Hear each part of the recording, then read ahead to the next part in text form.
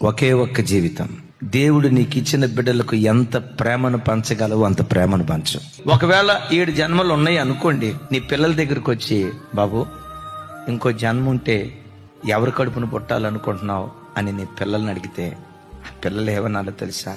మరలా మా అమ్మ కడుపునే నేను పుట్టాలయ్యా, పుడితే మరలా తండ్రి కడుపునే పుట్టాలయ్యా.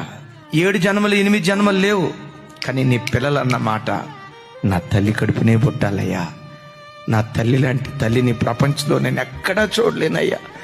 ఆ మాతృమూర్తి కడుపులో ఎన్ని జన్మలున్నా ఆ తల్లి కడుపునే పుట్టాలయ్యా అని నీ పిల్లలు అనేటట్లుగా నువ్వు బ్రతకాలి.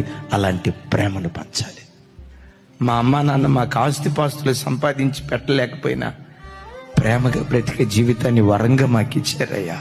మరొక జన్మంటూ ఉంటే ఆ తల్లి కడుపులోనే పుట్టాలని నీ పిల్లలు అనేటట్లుగా ఆ మాతృత్వాన్ని నీ పిల్లలకు నువ్వు పంచాలి.